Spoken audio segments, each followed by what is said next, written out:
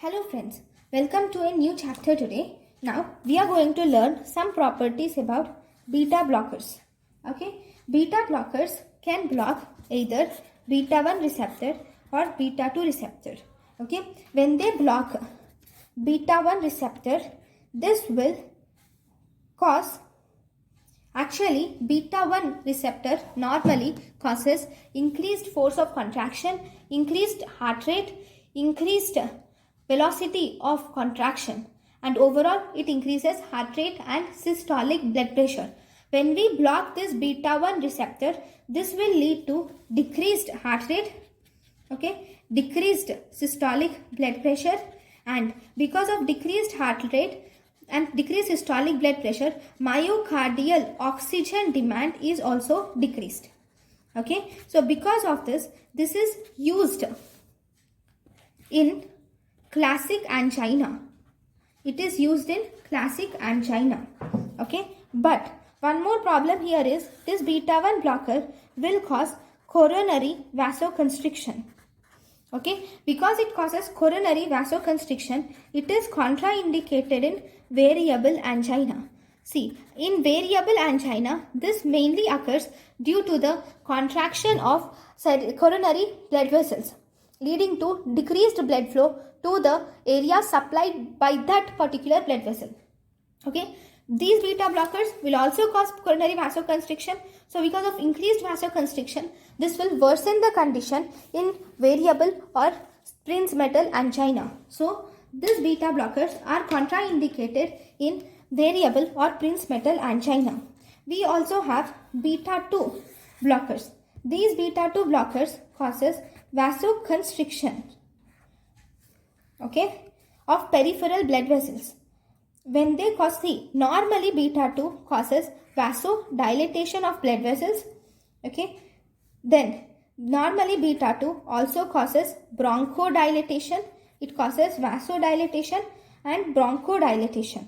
But this beta 2 blockers causes vasoconstriction. So as a result, these will worsen the peripheral vascular disease. In peripheral vascular disease, the blood vessels are filled with either atherosclerosis or some other plaques blocking the blood vessels. So these are actually contraindicated in peripheral vascular disease and also in Raynaud's disease. In Raynaud's disease, there is actually a vasoconstriction occurring in the terminal blood vessels.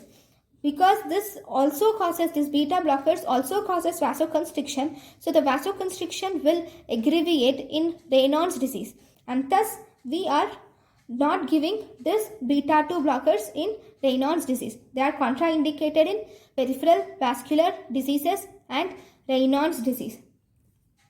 These beta 2 blockers also cause bronchoconstriction.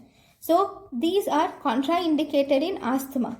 Asthma occurs due to hypersensitivity of airways leading to bronchoconstriction. So these beta 2 blockers also cause bronchoconstriction. So bronchoconstriction aggravates leading to precipitation of asthma. So these are contraindicated in asthma. Beta 2 blockers will increase the LDL level and decrease the HDL level, and thus these are not used in dyslipidemia. In dyslipidemia, these are not used. These beta blockers also decrease the aqueous humor production, and thus they are actually useful in glaucoma. So they are useful in glaucoma. Then these beta blockers are contraindicated in diabetes mellitus. Why? Because normally in diabetes mellitus, whenever there is hypoglycemia, then there will be symptoms like shivering or sweating, lightheadedness, epigastric pain, tachycardia, faintness. All these symptoms will occur to the patient. Then the patient immediately eats some sugar. So as a result, the hypoglycemia has been counteracted. But when we use the beta blockers, these beta blockers will inhibit this response which is occurring. That is, this response or these symptoms of shivering, sweating, lightheadedness, epigastric pain, tachycardia and fainting mainly occurs due to sympathetic cholinergic symptoms. But these beta blockers will inhibit this sympathetic cholinergic symptoms, and thus these will increase the severity of hypoglycemia, and because of this these are contraindicated. Okay. Now, once we have learned about the contraindications of beta blockers, so thank you guys for watching my lecture. Thank you.